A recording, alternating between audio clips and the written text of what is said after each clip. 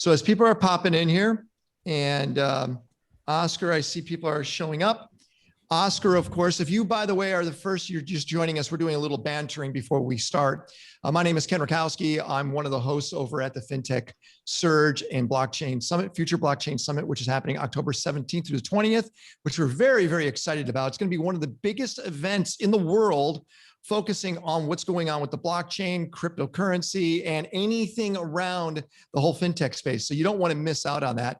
And if you go to FinTech Surge, we have incredible packages that are available there.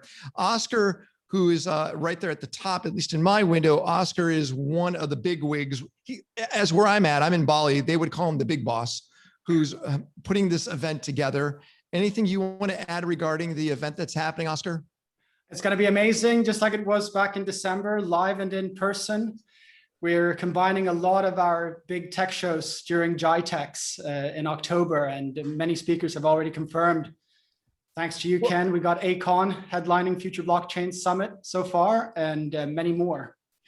But I want people to understand what you said during GITEX, which is an incredible epicenter. So when you come to FinTech Surge and Blockchain Summit, Future Blockchain Summit, you are also in this other great massive event that's going on. So there's so much to see. It's like the best place for a wandering mind, isn't it? So you can explore so much. Yeah, it's the best show in the world. Whoa, there's a lot of confidence behind that statement. It really is. So we're going to be starting in about a minute and a half. As people are congregating, we have an amazing group that is going to be with us today. Christina, who I'm very excited, you'll be seeing her on a regular basis here. And she is one of the, actually, Cointelegraph really probably wouldn't be able to be powered without her. Can you tell us a little more about what Cointelegraph is?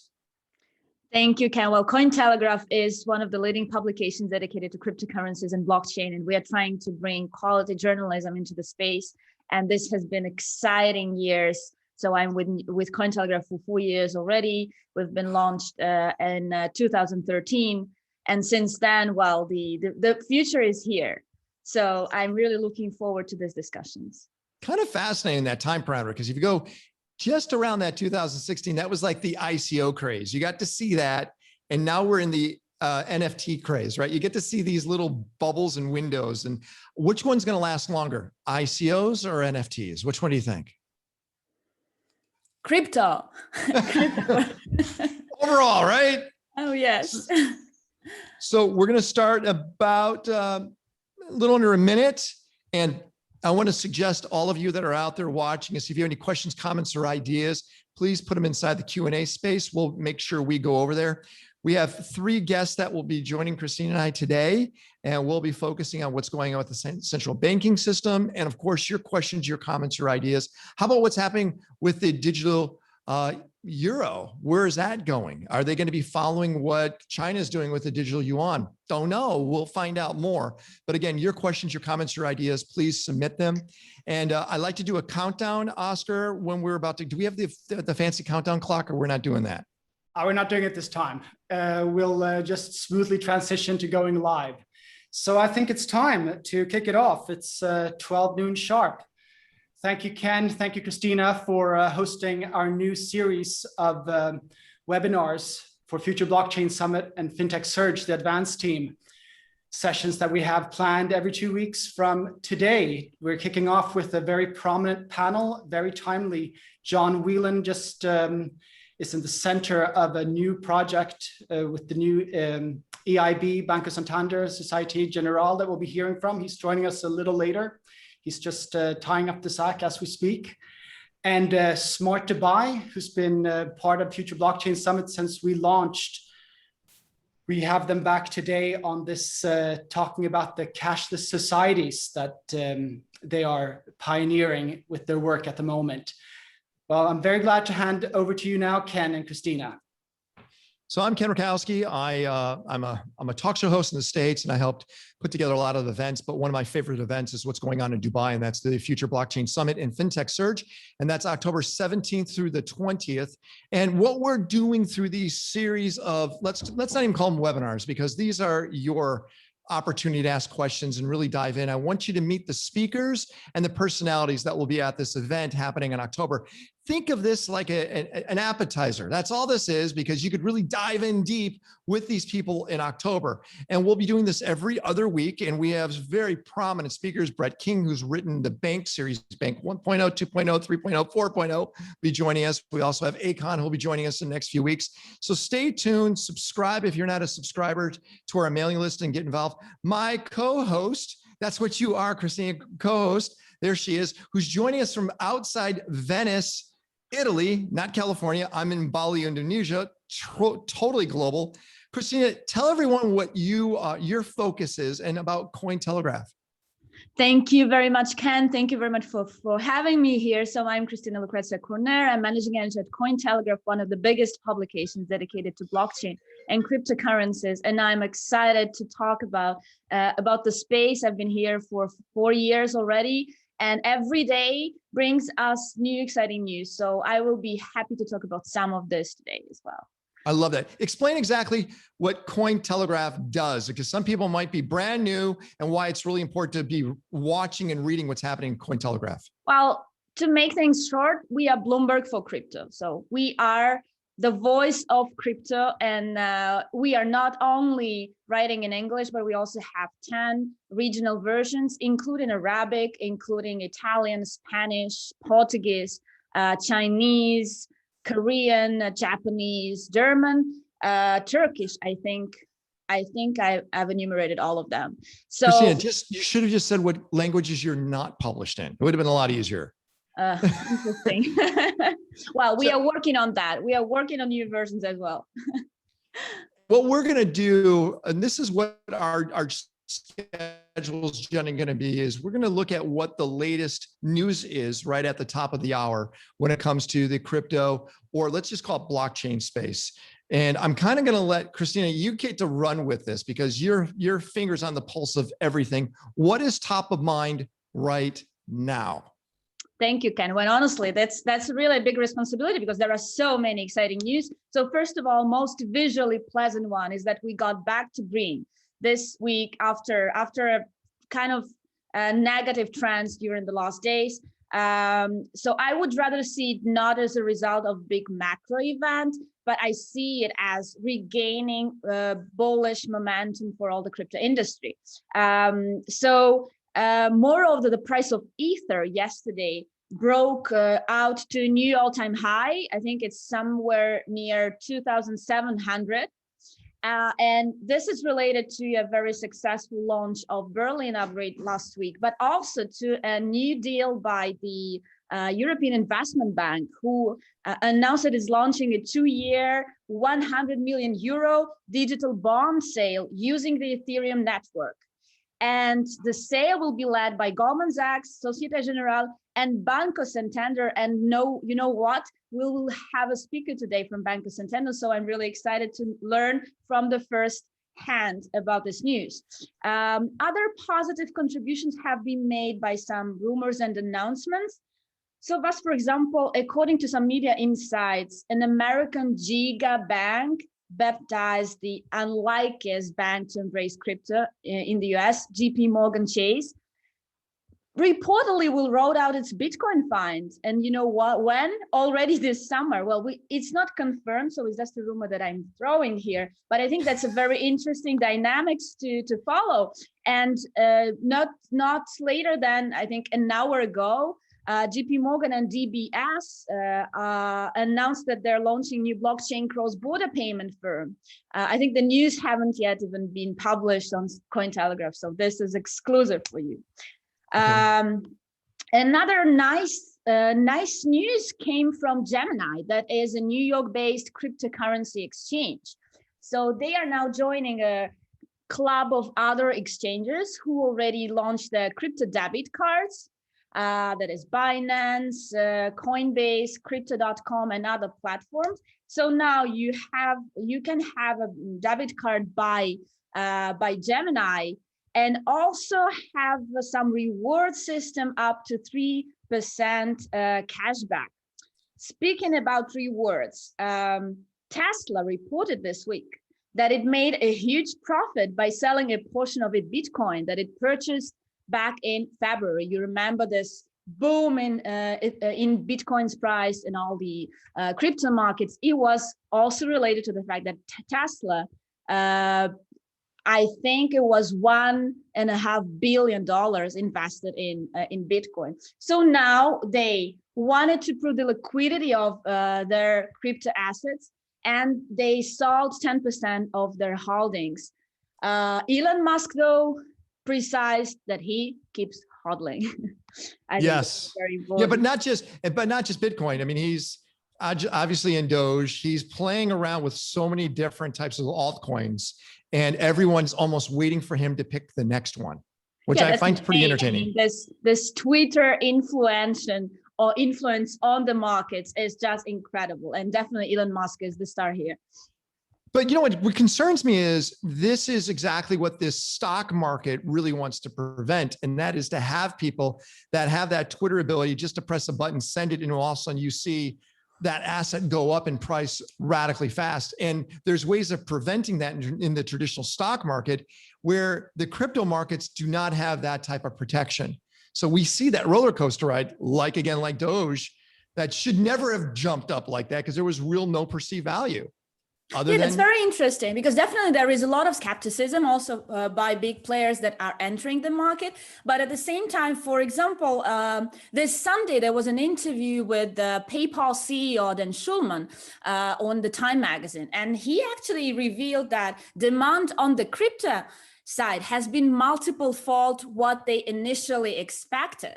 So I remind you, back in November last year, PayPal embraced crypto for its customers, and since then has been expanding its crypto-related services. So it launched a crypto checkout service in late March, and to allow crypto payments for merchants. It also introduced crypto training for its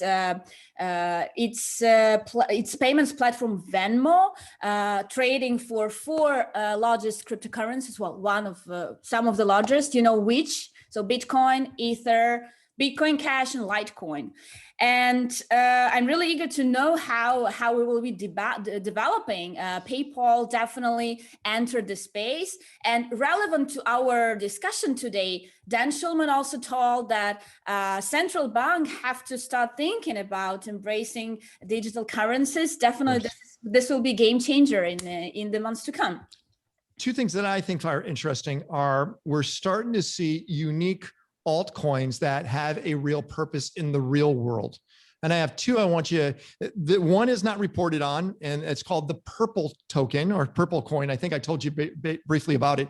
They are looking at what's considered, I like to call it the, well, let's just put it this way, the disabled market, people that have disabilities. They're creating a token for almost 22% of the world's population. So when this Purple token is used at a brand like a Nike or at a Tesla, there's a discount or a benefit by the user of this token. Brilliant move. And then I like what this Super Doge did. The Super Doge just launched the other day, and they're giving a percentage to charity. And I think they've already donated almost $200,000 in 3 days to charities. So they're taking the old Blake Mykowski idea of Tom's shoes, where you buy one pair and you get another pair to charity. They're doing what we're starting to see is these socially correct type of tokens, looking at charities to give them a benefit of the token launch, which I love seeing this. So I'm very excited to see these two things happening. That is awesome. Can I call it Deep Purple token? You're too young to know what Deep Purple is. Come on. That's classic. So today, again, we want you all to remember that this is a lead up to FinTech Surge and the Future Blockchain Summit, which is happening October 17th through the 20th of October. Again, we want you to get there early, enjoy Dubai. It's an amazing, one of my favorite places on the planet Earth. And we'll be meeting all the speakers today. Plus, if you want to spend more time with Christina and myself, we'll be there also. So make sure you get there. It's an amazing place to be. It's the epicenter of opportunity when it comes to what's going on with crypto. And so what we'd like to do is start with our first guest today. And Meera, you're joining us today. Thank you very much for being here with us today. And I know that you wanted to present some stuff in front of us, and you have a presentation to show us? Yes, hi, Ken, and good morning, good afternoon, and good evening to everyone from around the world. And thank you for joining us. And special thanks for the team from FinTech Surge and the Future Blockchain Summit for hosting us.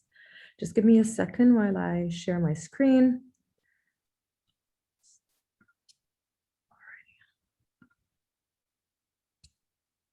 Let me know when it's good to go. We see you. We got it. Perfect. So, all right. So I'm here today to present to you the Cashless Dubai initiative, which has been something very exciting that we've been working on for the past 6 to 8 months. So just to set the scene, I'd like to give you a bit of background context. So over 2019 and the first half of 2020, and as part of our continuous work in the advancing of the Emirate of Dubai's journey in becoming the smartest and happiest city on earth, which is actually the vision of Smart Dubai, so Smart Dubai and its partners worked on developing the Cashless Dubai Framework Report, outlining the governance ecosystem, policy levers, regulatory and industry initiatives, technology, and also cultural drivers that are critical to driving the transition towards a cashless society and ensuring that there is a seamless experience for both businesses and consumers alike. The shift towards the cashless society, of course, has many important returns for cities and countries and has gained a ginormous importance in the recent times, considering the COVID-19 and everything that happened with it, as countries saw cashless payments as a safer way to limit the spread of the virus, to put it in simple terms. So we were able to quantify actually the impact of COVID on shopping and payment behaviors through YouGov's latest survey, where we see that 71% of retail consumers prefer digital channels over cash, and 61% of e-commerce consumers use cash and use cards and wallets more than the cash on delivery option online. Additionally, the benefits of going cashless have been estimated through the Visa report on cashless society in the year 2017. For Dubai, these benefits were estimated to be 1.88 AED increase in government revenues, 2.2 billion AED increase in individual savings, and 5.5 billion AED increase in business revenue. And that is, of course, in addition to a wide range of catalytic benefits, such as wage growth and jobs created.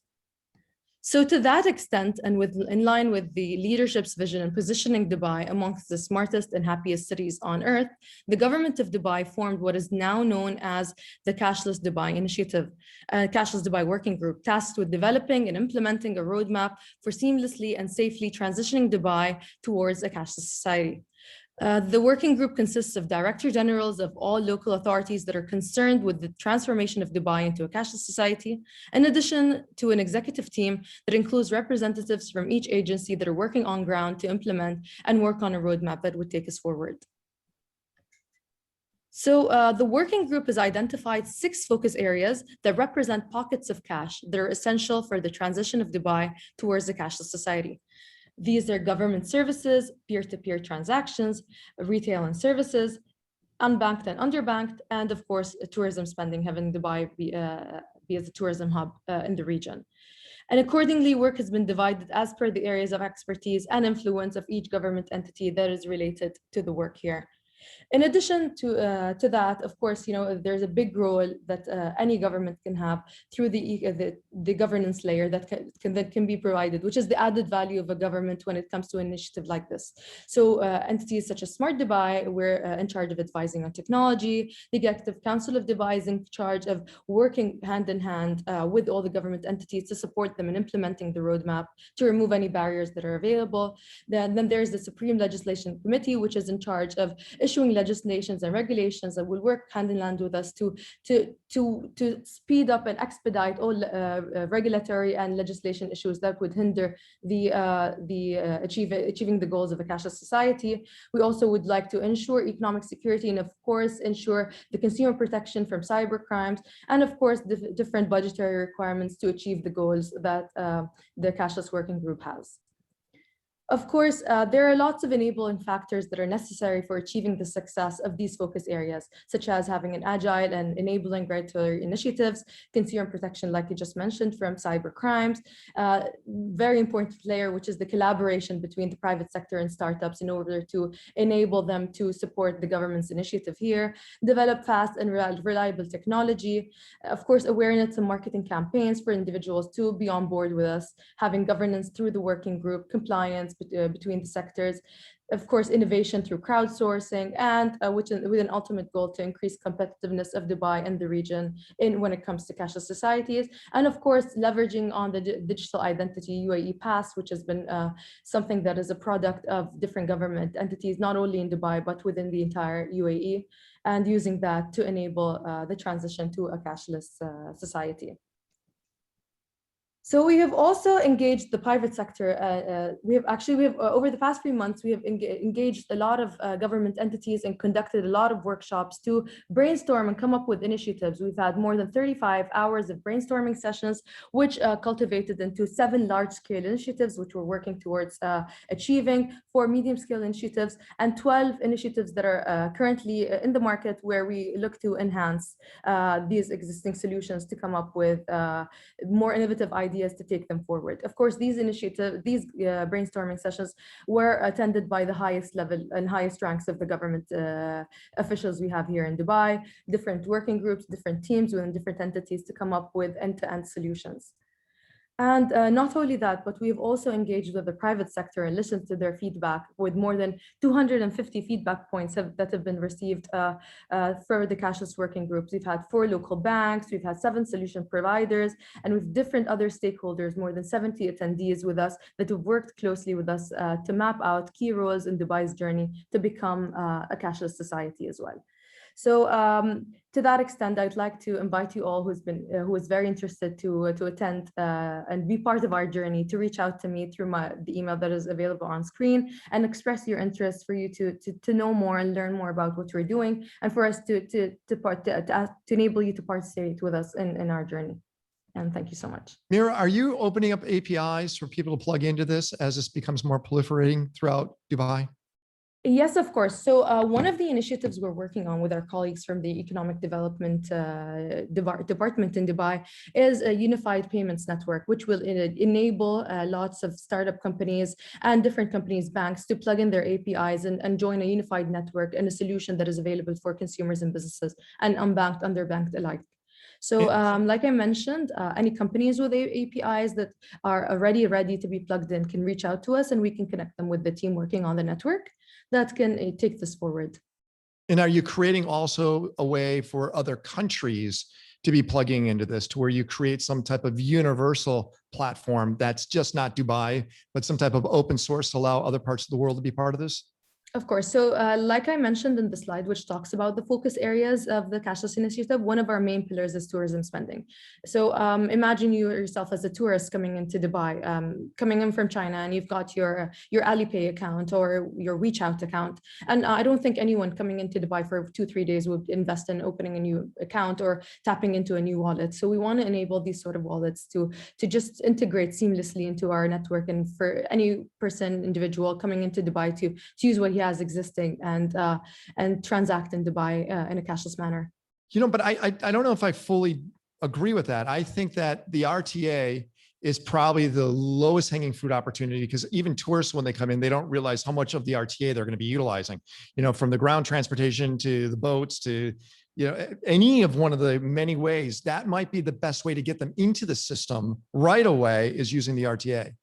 So of course, you know, one of our key pillars in Smart Dubai is to give convenience to all. So if you were, it depends on your personality, you think about it as RTA, and RTA and the null team from RTA are one of our key stakeholders in the cashless initiative. And RTA and the null system and the null card is one of the main enablers to achieve what we aim to achieve with over the next few years to become a cashless society. But if you were a person who was not open to that, we want to give you that option as well, to use your local currency card, to use your local wallet to transact in the city. So it's all about opportunities, convenience for all. I love it. Wow. Again, this is why Dubai is in the lead, just the way you're thinking. And your team is looking at what the best practices all over the world and applying it in Dubai is what you're doing. Yeah, we're very ambitious and we're very excited with what we're going to be able to achieve in a short period of a 2-3 year span. So countries have been working on this for longer years, and they achieved we want to achieve a lot more in a much shorter period of time. Well, thank you so much for joining us, giving us such a great presentation. Christina, any questions? Only part of the miner are authorized. Whoa, that sounds like a business deal going on. Let me mute that. All right. Christina, any questions? I'm really excited by all the amount of interesting news coming from Dubai related to digital payments and fintech and blockchain. So where do you guys find this energy? Like, how do you manage to think of this innovation thing while all around you, like the world is thinking about the pandemic, the crisis management, etc. And Dubai, I've been to Dubai in February. It was fabulous. And like, I think that the structure of mind is actually different there. So what are your tips for this innovative thinking? So I think the key here in Dubai, and which is a game changer, is the leadership and the leadership's support to all government entities, individuals, businesses, and everything. So when the pandemic happened, we have teams dedicated to working towards the pandemic and achieving all goals to eliminate, the spread of the disease, and working with relevant government entities in regards to protocol and all. But at the same time, other government entities tasked with different approaches have stepped the gas and not stopped working on different initiatives and different ideas that we have. We have a humongous support from the leadership. They're aware of everything that's happening within every different government entity, and all they keep saying is, keep going, you have our full support, and whatever you need, we're just here, and whatever ideas you have, propose them, and we're never going to say no if they're there for the benefit of Dubai and the people here. Fantastic. Thank you so much. Thank you so much. This is a fantastic thing. Again, October 16th through the 20th. Get over to Dubai, check it out, and you can actually see all these initiatives in play. Meera, thank you very much for joining us today. Thank you, Ken. All right. So I want to actually go to our next guest, who is like just closing a big deal. John, you got to be so damn excited. What has happened? Is the ink dry? Barely. And I apologize for being late, by the way. John Whelan here. I'm the Managing Director of the Digital Assets Program at Banco Santander in Madrid. You may have been following some of the, let's say, crypto, blockchain, central bank digital currency news over the past week or two. We're in the process right now. I'm actually on another call as we speak. One of our clients, the European Investment Bank, which is I think the world's largest issuer of bonds, mandated Goldman Sachs, Societe Generale, and Banco Santander as joint lead managers on a digital bond, a blockchain-based bond issuance. Not a huge quantity necessarily, 100 million euro, 2-year tenor, but the entire thing is being cleared and settled and registered on the public Ethereum blockchain, which by itself is a bit of a stretch. Most of the transactions that are done in the financial industry in these environments are often on private permission networks or in a more controlled manner. And we kind of have taken the step now of doing a digital bond issuance with a real legitimate AAA issuer.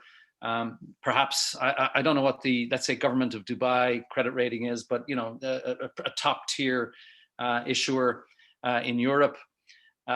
Multiple dealers, first digital bond transaction ever done with 3 joint lead managers, all of whom are top tier name brand financial institutions.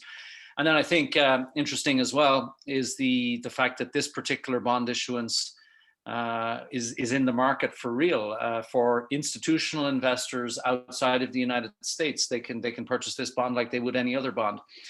And the part that I think is interesting for the whole digital cash conversation is that the entire transaction itself, at least at the underwriting step, involves settlement with a legitimate CBDC, central bank digital currency, that was provided by the Banque de France, which is one of the members of the European Central Bank Eurozone area, as part of their experimental program, taking the step forward. So somewhere out there, I'll have to check my my chats, but somewhere out there are some ERC20 transactions on the public Ethereum blockchain that represent a legitimate mainstream real world, people would say CeFi, centralized finance, but I would say CeFi that is by no means asleep at the wheel, but CeFi understanding this new world of what's coming with DLT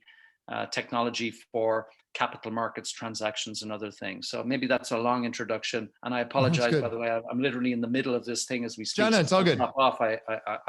It'll be back to that. John, is there a concern at all regarding the speed of that network? The Ethereum network is not obviously the fastest. So how are you handling the speed issue? I don't think you understand how the financial system works. You try to transfer money one country to another. What's a few minutes, man? I'm kidding. I'm kidding. So let's. I think we need to be clear about something. So I don't think anybody suggests that Ethereum or any other blockchain network is useful for, let's say, high frequency trading or anything like that. It's not really that as such.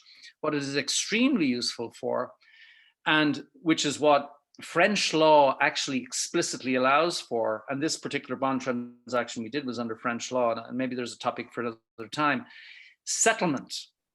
Settlement is not something that has to happen instantaneously. Settlement is when you and I agree as counterparts to a transaction that we want the exchange of title of cash and securities to occur.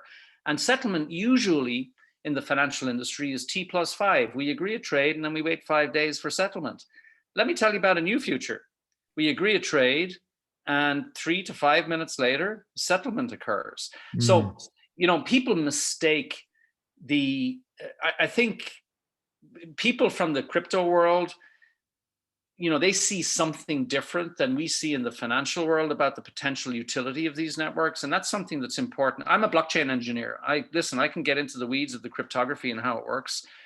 But on the financial industry side, there are reasons why these autonomous, neutral, third-party networks that don't cost us any money necessarily because they're just public utilities, if we choose to use them, may have utility in the future. And that's what we're beginning to explore. So speed, T+5, man, that's all we need to say. I get it. Okay. By the way, any questions or comments or anything, put it in chat. And same thing, if you have a question, even our panelists, please raise your hand and do the same thing, because everyone here is for your benefit also. Christina, go for it. I don't want to dominate the Q&A Thank here. you, Ken. Well, I think this is an incredible bullish institutional use case for the Ethereum network. And speaking about scaling, so we are all looking forward to Ethereum 2.0.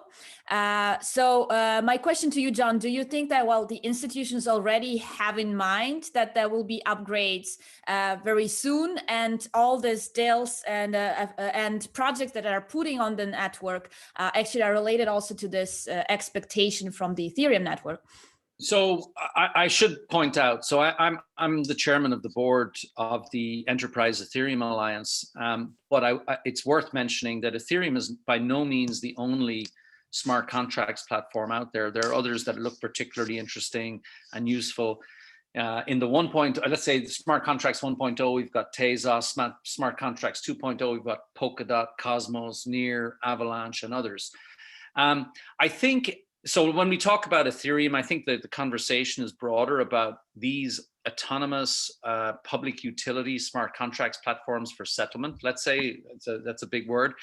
The people in the financial industry, I follow crypto Twitter and Cointelegraph and CoinDesk and Ledger Insights and all the rest, like everybody else does.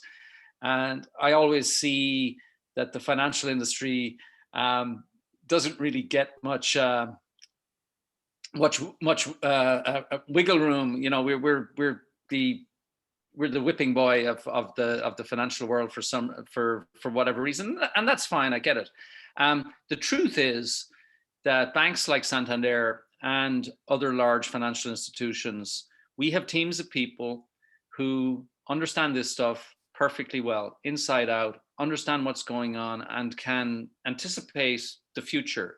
But we're constrained by business as usual, existing, let's say, industrial scale financial franchises, and also, of course, regulation and the need to, we cannot make a mistake, right?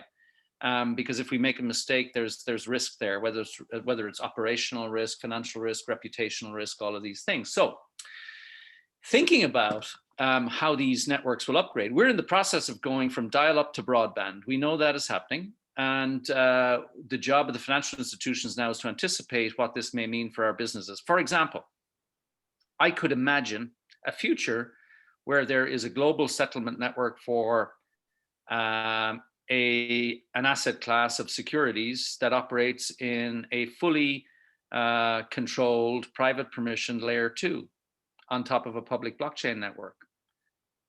We can anticipate maybe what, and by the way, private permission doesn't mean anything other than whitelisting. You can run a smart contract right now where the participants are whitelisted by some entity to participate. So this is not a million miles away from what we already know and understand. Now, where things get really interesting is where you could take, let's say, a security that's issued as an ERC20 or some other standard that becomes a standard on a blockchain, a Tezos equivalent or whatever, becomes eligible or useful for what I would call not DeFi, not pure DeFi, but Reg DeFi, regulated decentralized finance, where the parties are known and understood. So this migration from dial-up to broadband, low speed. That's what it is. It is. It's a migration is what it is. Yeah. I'm going to take some other quick questions too. Let me go over to Soccer. Soccer, go for it. Who's out there? Who's in our audience? Soccer, what's your question? Hey, thanks, Ken, for having me. John, Meera, and everyone on the call. It's an absolute pleasure to listen to you guys. John, I was wondering, you've been around since the early days of enterprise blockchain.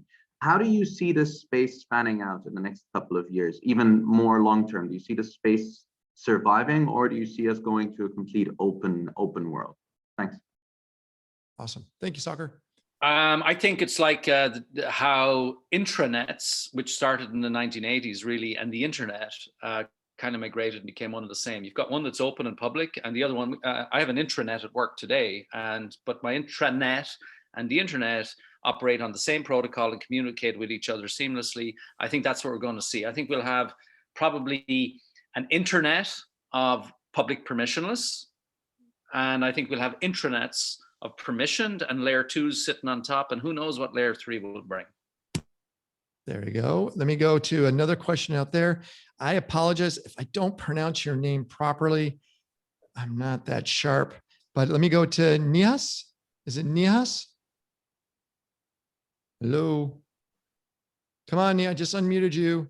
Come on, unmute yourself. If you don't unmute yourself, you don't get to ask the question. All right. You lost that opportunity. Moving on. How about the Ether fees? For a $100 million bond transaction, inconsequential. Yeah, it's so small. Okay, I get it. Layer 2 will solve that problem, and layer 2 is here. We just need to use it. Okay, let me go to Amir. Amir, I'm trying to be fast on this, guys. Let's see. There he is. Amir, you ready? You got your question. Go for it. Amir, unmute yourself. Guys, if you ask a question inside the chat, I am going to allow you to actually speak inside the talk. So please unmute yourself when you are asked. Okay, let me go to Safe. Safe, you get to ask the question. Go ahead, Safe. Unmute yourself, yeah. Ask the question. There you go. I want to ask about Dogecoin. So a coin that has no actual intrinsic value, having it pump drastically, what does that have to say about the crypto market and the volatility behind it? What I like to do is, if you don't mind, I'd like to hold that question for when we bring up I want to focus exactly what John's doing right now. So we'll get right back to you on that, Safe. So let's everyone please focus on the topic of what's on hand right now, and that's this gigantic announcement. Well, John, when will this be finalized? Meaning, when will this, is it now finalized moving forward and Cointelegraph could write about it, or are we still going through some of the muck? We already wrote about it. Yeah. Oh! I guess it's final.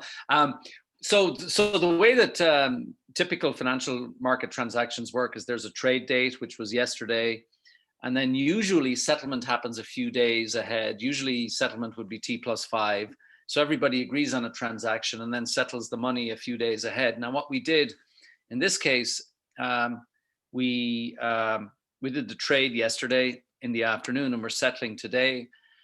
So settlement is finality. Settlement is the exchange of title of cash and securities. You know, like when you go to buy a car, you got to give the car salesman your money, and he gives you or she gives you the car. And at some point, there's an exchange done, and the same is true in any financial transaction. So settlement is today. I'll have to check my other chat to see if it's final, but it should be closed here in the next minutes. Christina, why is this exciting in your eyes? Well, I also think that it's a great coincidence that last week there was the Berlin update deployed in the Ethereum network that actually reduced gas fee cost. And this week we see this really big deal, but not only in terms of financial amount, but in terms of the actors involved. So John, do you think that did you plan this to come after the Berlin update, or it was just a coincidence? No, we didn't, but we did notice. So, you know, something like this doesn't just happen in a day or a month. All the parties involved have been working on this project in some respects for about a year, which is normal. There's a lot of things that have to be checked. And in all of our tests, we were, you know, running tests on the mainnet and would see from time to time that, wow, you know, transaction fees are really high. And of course we can plan for that, no problem. And then this week we were quite surprised that transaction fees seem to have dropped by, you know, from 300, 400 gigaway to Gwei to 40, 50, 80. And of course, you know, that relates to the Berlin upgrade, but also I think to how miners are running these miner extractable value algorithms, which is a separate topic for another time, which basically takes the process of, you know, arbitrageurs bidding and driving up the prices. So there's a combination of factors, I think, in terms of gas prices. It's not just the Berlin upgrade. Maybe it had something to do with it, of course, but also I think what's happening now with flashbots and these other things. Just for the audience, gas is not about gas and petroleum. It's it's just a slang word official term for successful transaction commission on the Ethereum network. So it's called gas fee. I should actually define, and thank you, Christina, for pointing that out. Within the context of blockchain discussions, the word gas is about, it doesn't mean gasoline, it doesn't mean petroleum, it does not mean oil. What it means is that there's a computational fee for processing transactions. We call it gas because it's kind of a similar concept. In the same way, mining is an analogy to gold mining rather than actual physically mining something. So it's just an analogy.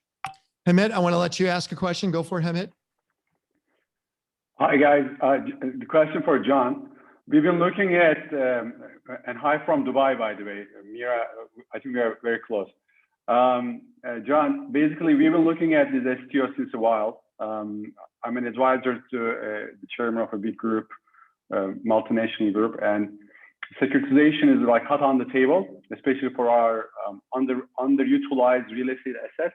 But I haven't seen any successful real estate securitization properly done with a ledger recognized by the government on the title deed, or proper securitization of any asset in the regard of a ledger properly changed to the government record. More or less what I see is that most of the securitization done by the underwriter's trust or the reputation, nothing less, right? So the bond is very exciting, what we are working on. And I'd love to hear your view on that one. What do you think about the entire STO market? Okay, so your point specifically relates to where is the actual legal record of the register of ownership. Now, in real estate, there's usually a title register somewhere in an office with paper and files where the legal record of ownership is actually held. And in real estate tokenizations that have been done, that does not change. There's still a piece of paper, and then someone creates a token that refers back to the piece of paper. So you got this ledger 1, which is the legal record of ownership, and ledger 2, which is a representation of that. It's tokenization. NFTs are like that, right? There's a real world piece of art that the legal representation of ownership is an ERC 721, for example. Now, what we did with this bond transaction, and we did this previously in 2019, but under French law, in this bond transaction, the legal record of ownership is the public Ethereum blockchain. You want to know who owns what?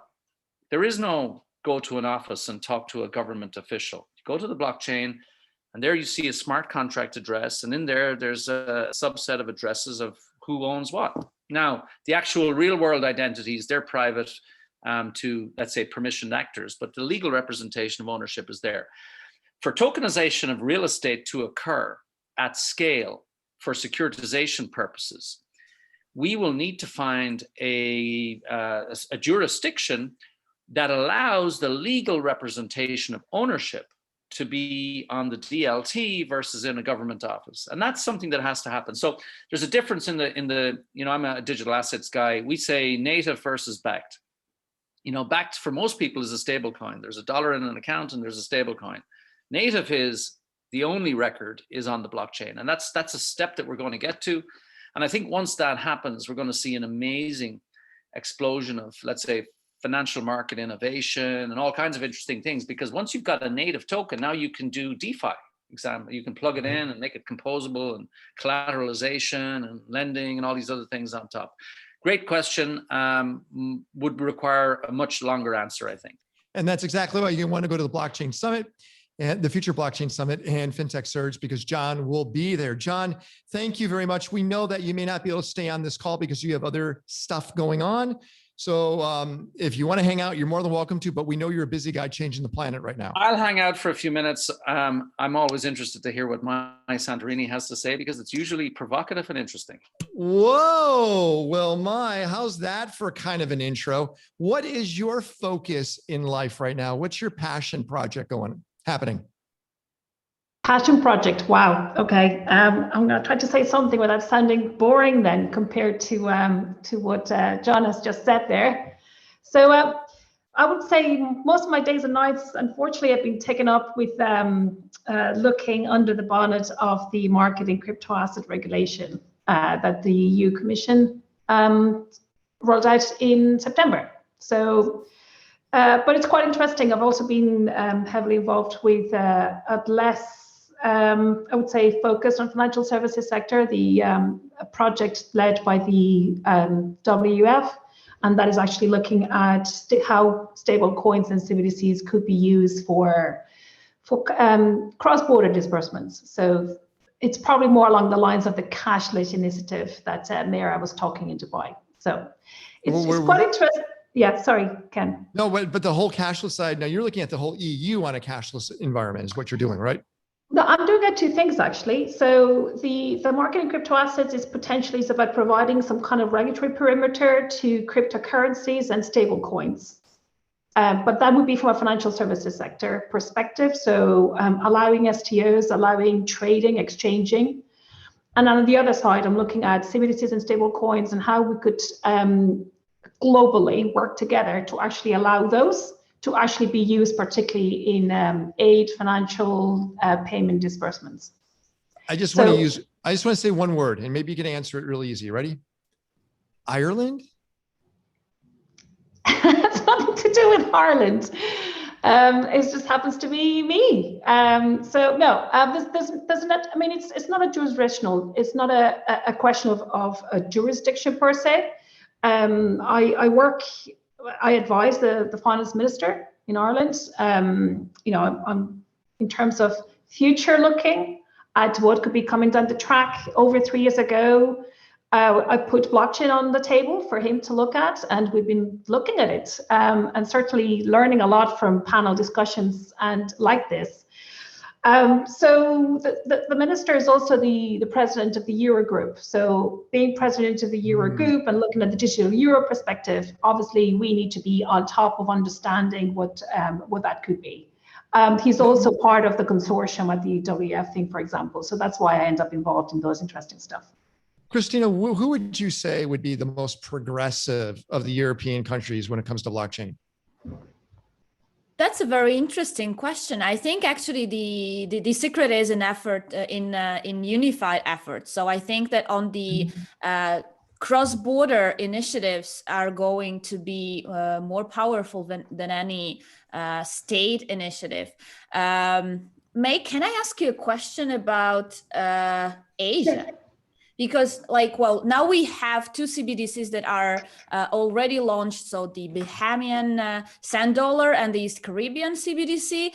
Well, I'm expecting the next to be China, because, well, they are pushing their digital currency very hard. I suppose that it's related to the Olympic Games that are coming there very soon. And well, it's already announced that the tourists and foreign athletes will be able to use CBDC. But another interesting news that came this week was that the Chinese banks that are part of this initiative started promoting CBDC against the existing payments methods in China. And here I refer to Alipay and WeChat Pay that Meera was talking about today, that now are accounting for around 98% of all e-payments in China. So May, is this some competition going on between CBDC providers, wallets, and platforms, and this already famous used tools that everyone is using in China? Okay, listen, this is the perfect kind of stuff that I'd love to be able to have a chance to talk about, hopefully in October in Dubai, because even 5 minutes, we won't even scratch the surface of it. There's two things, right? There's cash and there's digital payments, and people keep confusing the two. And it's very important to realize they're very different. The cash is pretty much your coins and your notes and the stuff that you have in your money. This is the stuff that is risk-free, that you can take, nobody can find out where it goes to, you can use it whichever way you go. And then there's the digital payments, and that's the digital payments is what actually happens between banks and between central banks. And then there's the whole, obviously, reserve issue. So I am not an economist. I've had to learn a little bit about macroeconomy and monetary policy and national sovereignty, because it's all linked to this use of CBDC. I saw even in the chat a question about when is that going to happen? Well, cash and CBDCs are different, and how central banks work, it's something that, I've said, if you have the time of a coffee, go ahead and understand it. So they're quite different. Yet this is what actually will be driving a lot of what you just mentioned there, Christina, in terms of there's the element of supporting the use to cash, the you and me, okay? This is what I call the democratization of money. And that's my absolute interest in blockchain. Like the kind of stuff that John is doing, I think, at financial services sector, it's the other side, to me, the commercial government macro side of what blockchain can do. But my real interest is that democratization of money.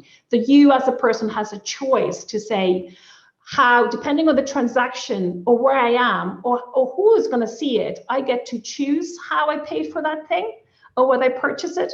And that's very different than what can happen with you at corporate level and with central banks.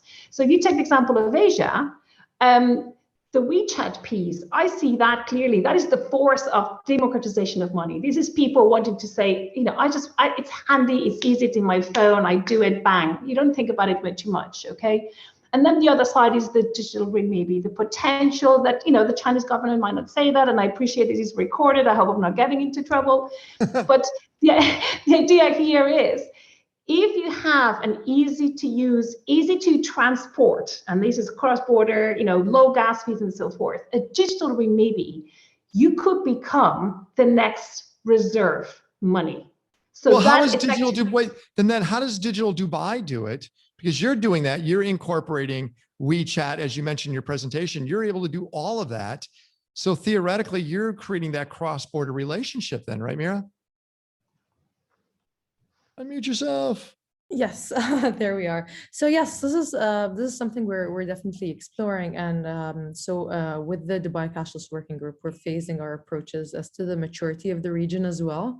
So I mean, the region here compared to the landscape, which May is working on, the EU landscape is way more mature than the region here. But definitely, lots of strides have been happening, especially when it comes to CBDC and Dubai's exploration, whether with China or with Saudi, and we're just waiting on how that is going to unfold and what is the future there, and what other countries will also be open into bringing up joint CBDCs with the UAE here, and then how we can enable that through the platform that we want to create for Cashless Dubai specifically.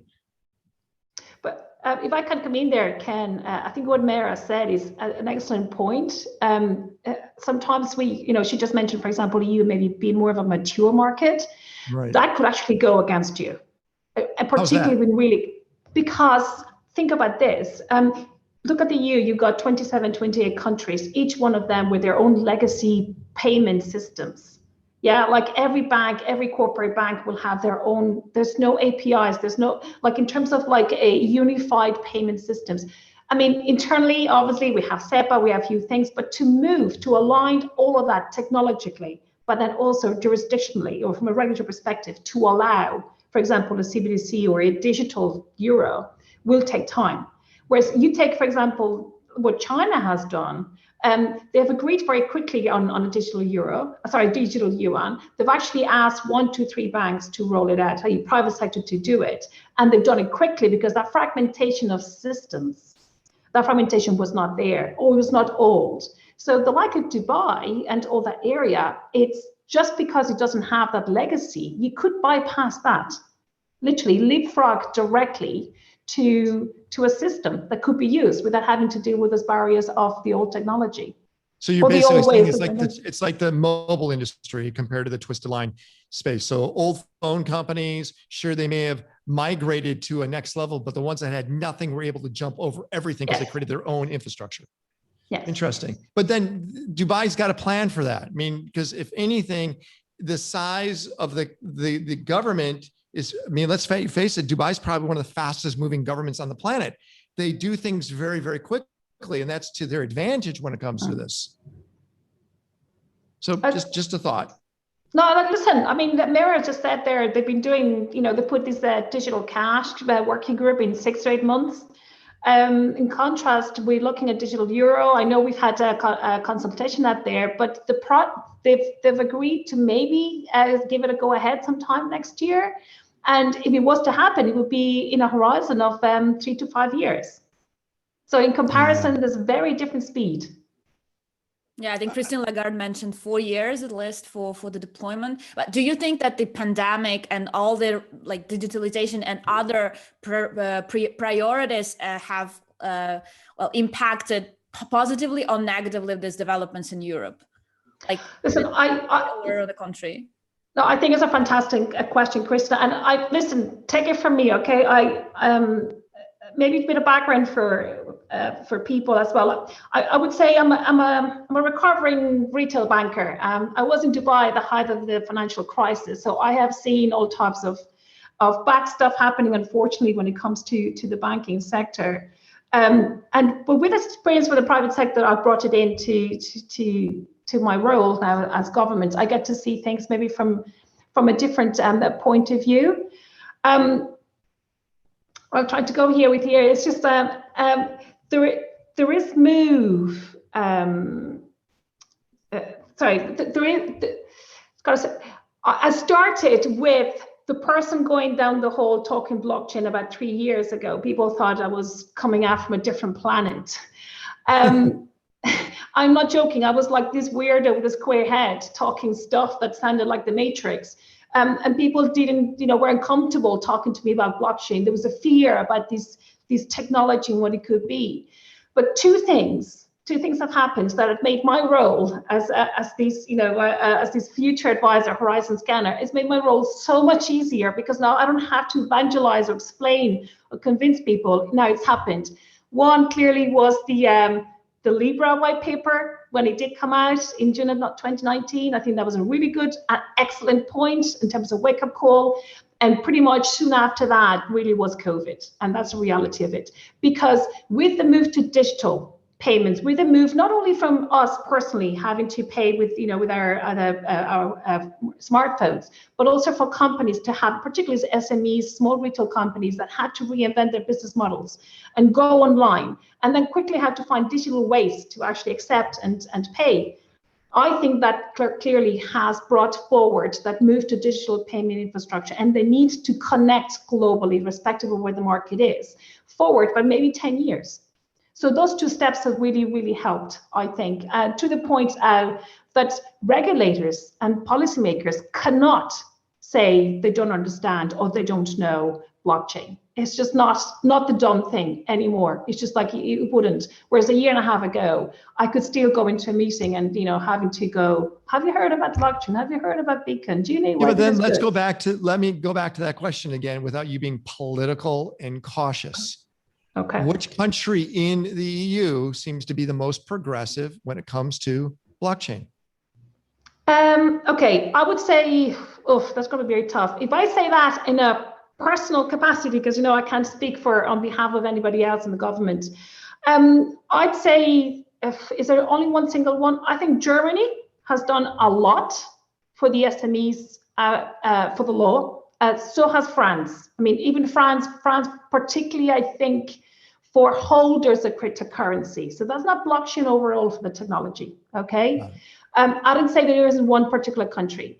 Ireland is a small market. So what Ireland has done on the other side was, we were the first country to actually have a government-wide working group looking at blockchain. Supporting the Blockchain Ireland, which is like a private-public kind of meetup group where we actually have been looking at this for over the last 4 years. So you've got Netherlands, for example, Luxembourg have actually been quite open to supportive, but there's different points. So the blockchain piece is very different from the crypto piece.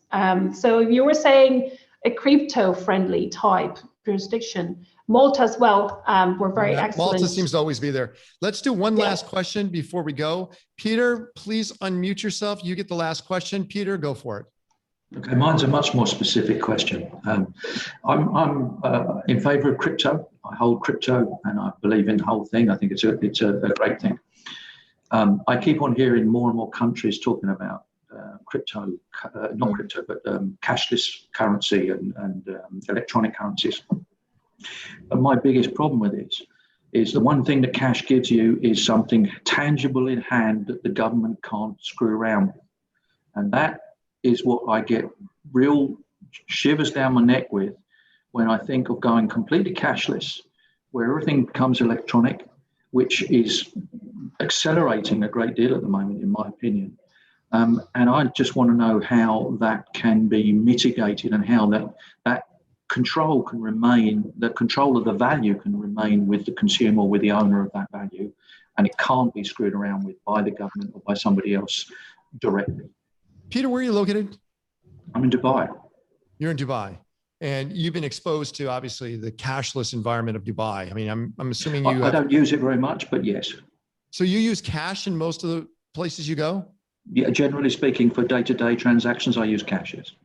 Maybe it's me, but I think this might be a generational thing too. I mean, possibly. Yeah. I accept that completely. I'm not the springiest chicken anymore.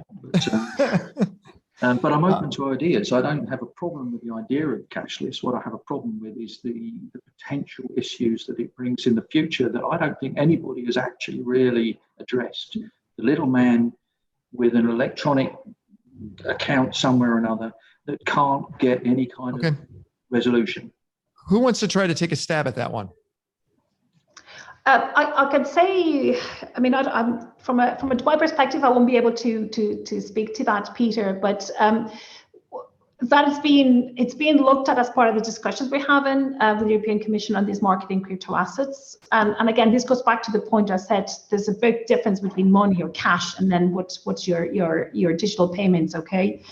And it obviously it's around consumer protection. It's about also whatever law might be at European level, or for example in jurisdictions, which actually would be that dispute of who do you pick up the phone to, where's the customer service. Quite frankly, what you're saying here is when we're talking a decentralized type of platform, you've got a problem. Who do you call, right? Now, having said that, the point that John was making earlier is that when settlement, the finality of that settlement is almost instant, or in the cases of decentralized finance, where settlement happens on a smart contract instantly, the potential having a dispute is very small, if almost negligible.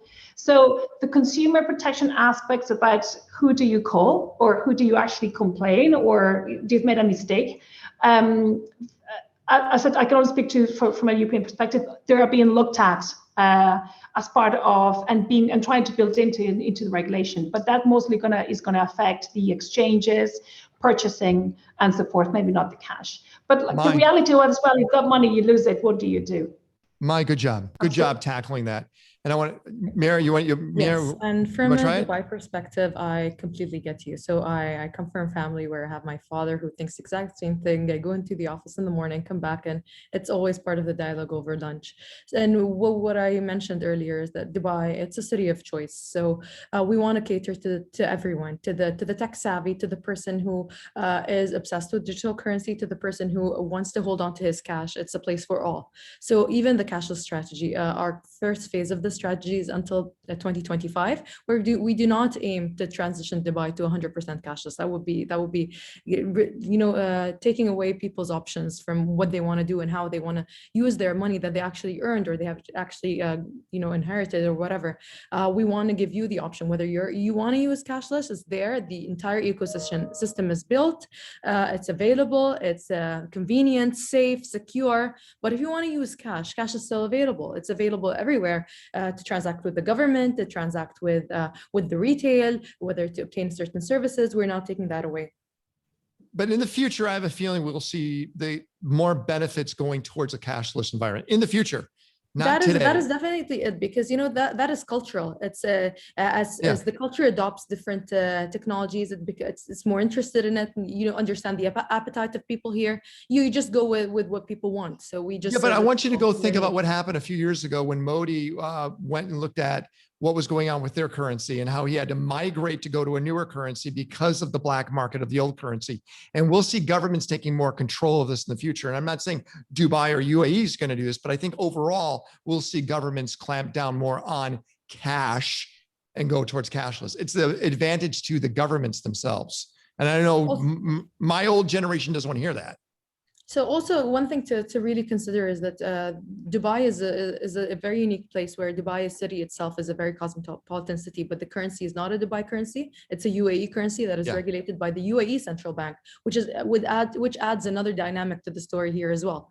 So just between different jurisdictions and what works and what not is also another factor that affects all the outcomes of the strategy and how fast we want to achieve things as well. Well, we want to thank our. Wait, real quick. I want to do this. Christina, hang on. I want to thank our speakers for joining us today. Thank you so much. Christina, you get the last word, and then we need to promote our next show. Thank you very much, Ken. Well, I just think that cashless society, digital payments should be also considered from the perspective of the global population. And there are countries with devaluated currency where cash practically doesn't have any value.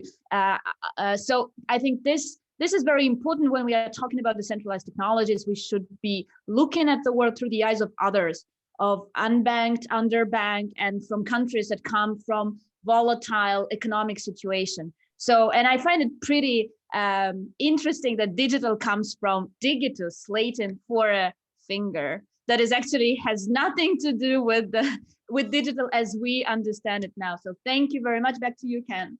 All right, so there you go. Again, everything we're being discussed, I'm hoping we'll have deeper discussions in Cointelegraph on everything we're touching upon. You come out with how many articles a day? It's overwhelming.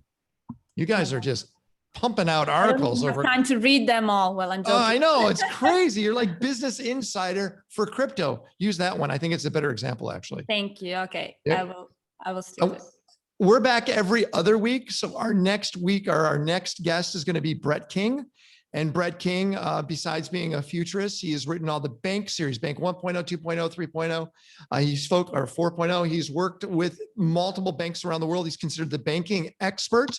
You don't want to miss this. And of course, we want to make sure that you have signed up or you're prepared to come to the Future Blockchain Summit and FinTech Surge happening October. Please sign up. I want to thank every one of our panelists and of course my co-host Christina for joining us, and we'll see you next time. And get all your questions ready for the next time because we're going to answer them all together. Thank you so much for joining us, and we'll see you again soon. Thank you.